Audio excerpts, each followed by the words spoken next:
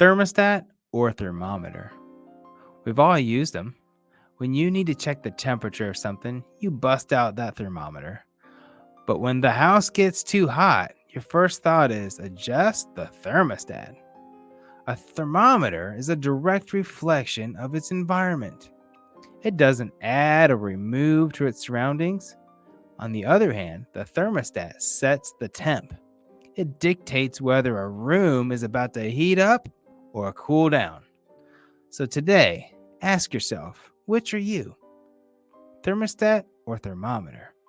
Do you reflect your environment or do you set the tone? Hi, my name is John LeBron, one of the hosts of the Unscripted Authentic Leadership Podcast. If you're looking to level up your leadership and unlock your God-given potential, you're in the right place.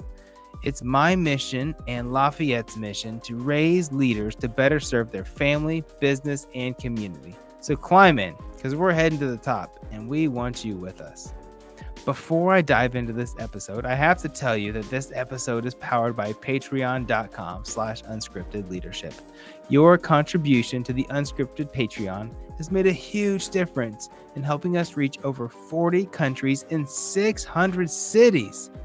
Thank you so much. You can become a Patreon by going to patreon.com/unscriptedleadership, and for only $5 a month, join the squad. Okay, friends, let's do this real quick before I jump in.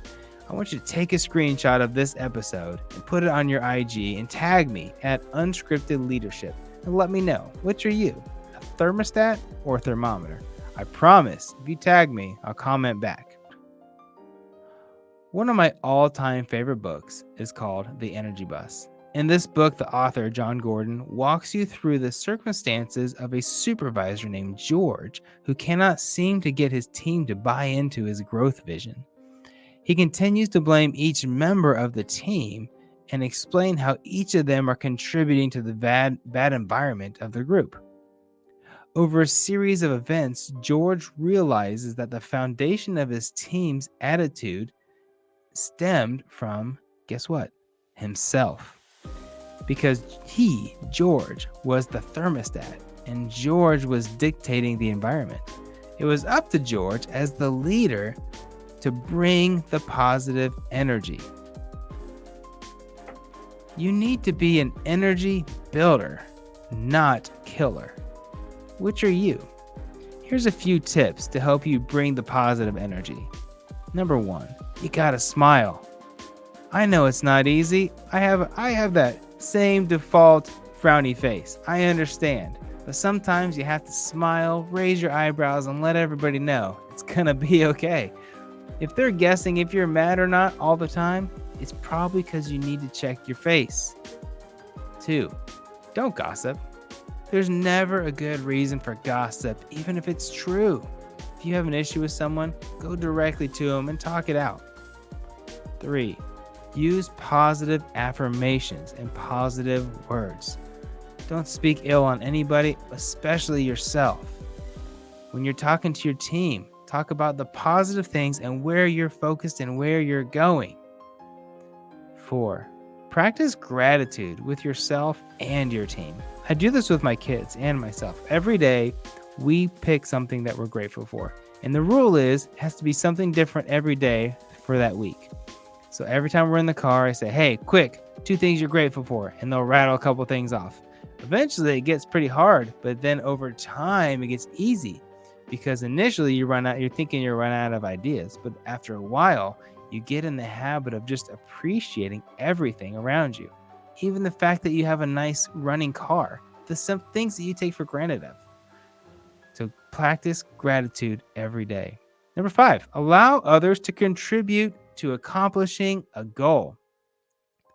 Your team is capable. If they're not, they shouldn't be there. So let them be part of the goal. Let them do things that are actually contributing, not just monotonous tasks and goals.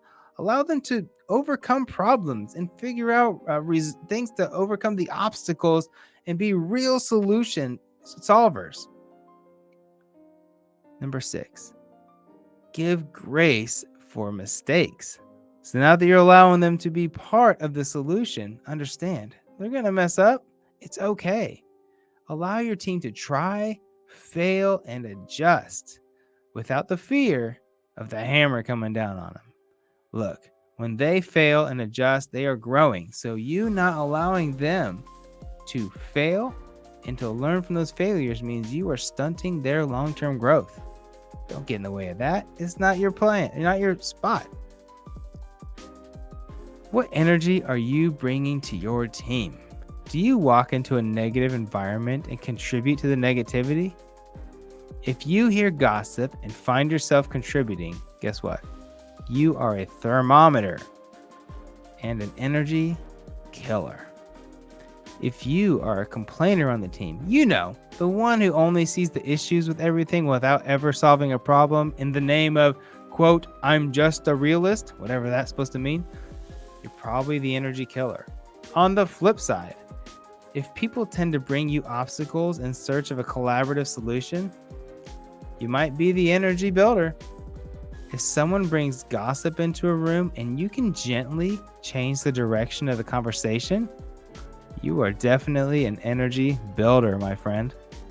If your team gets to work early and loves non-work functions, guess what? You have built a dynamite team full of positive energy, direction, and purpose. Congratulations. Friends, let's build up others and treat them as if they are our next best friend or the future CEO of our company. Have positive expectations of your team, but give grace and room for growth. You do this, and I promise you will see the energy on your team grow into a positive environment that others wish they could be a part of. That is a wrap for this week's Off Script. Remember, your best life is just outside of your comfort zone. We pray that you be the leader that God has intended you to be. Until next time.